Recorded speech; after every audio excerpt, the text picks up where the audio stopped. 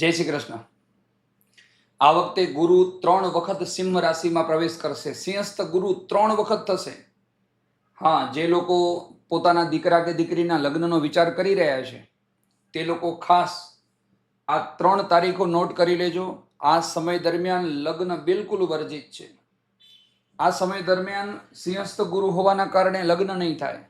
લગ્ન સિવાય ઉપવિત સંસ્કાર એટલે જનોઈની વિધિ નહીં થાય। ત્યાર પછી નવા ઘરનું બાંધકામ શરૂ નહીં થાય। કોઈ પણ મંદિરોની પ્રતિષ્ઠા નહીં થાય। કર્ણ વેધાવો હોય, કાન વેધાવો હોય તો કર્ણવેદ સંસ્કાર નહીં થાય। શાસ્ત્રમાં આવા બધા કાર્યો વર્જિત બતાવેલા છે। એટલે આ 3 તારીખો નોટ કરી લેજો। ખાસ કરીને પોતાના દીકરા કે દીકરીના લગ્નનું પ્લાનિંગ કરતા હોય તે સૌથી પહેલો સિંહસ્થ ગુરુ 2026માં થશે।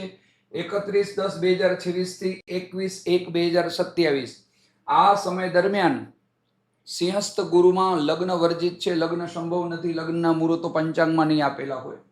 ત્યાર પછી 26/6/2027 થી 26/11/2027 બીજી વખત સિંહસ્થ ગુરુ થશે અને ત્રીજી વખત 28/2/2028 થી 24/7/2028। એટલે આ ત્રીજો સમયગાળો છે સિંહસ્થ ગુરુનો। આ 3 તારીખો ખાસ નોટ કરી લેજો। આ સમય દરમિયાન તમારે સિંહસ્થ ગુરુના જે નિયમો છે તે પાળવાના છે। કોઈ મુહૂર્તો આમાં આપણે લઈ શકાશે નહીં। જય શ્રી કૃષ્ણ।